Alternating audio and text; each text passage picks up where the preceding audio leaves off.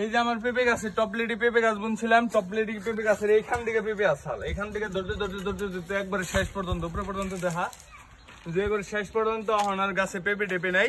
এখন আমি নতুন করে আমার পেঁপে প্রজেক্ট বুক করুম হলো ফেব্রুয়ারি মাসে। এই ফেব্রুয়ারি মাসে নতুন পেঁপে প্রজেক্ট করার নিগে এখন আমি এই পুরান গাছগুলো কেটে ফেলাই দিছি, আবার নতুন করে গাছ রোপণ করুম ইনশাল্লাহ। ভাই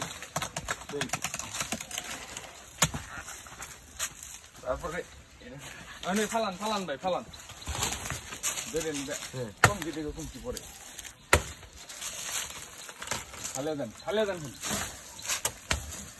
এই যে গাছগুলো এই যে একটু একটু করে রাইখা কাটতাছি, কারণ হইলো এই গাছের ভিতরে রস টস যা আছে এগুলো আবার সব মাটির ভিতরে জানি মিশে, মাটিতে জানি টাইনা নাই, ঠিক আছে। ওই যে মরা গাছের মতো এই তার